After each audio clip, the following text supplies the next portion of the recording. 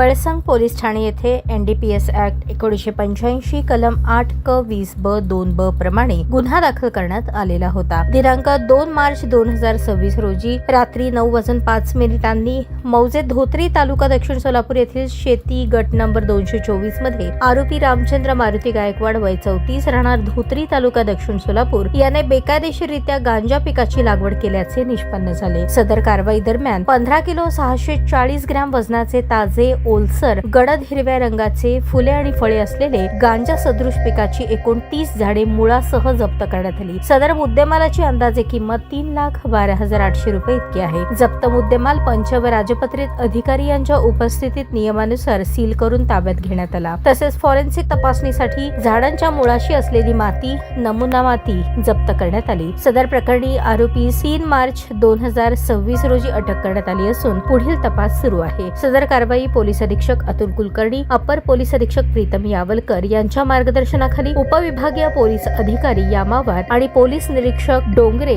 तसेच Valsang police station कडील staff यांनी पार पाडली। गुन्ह्याचा पुढील तपास PSI कांबळे करत आहे।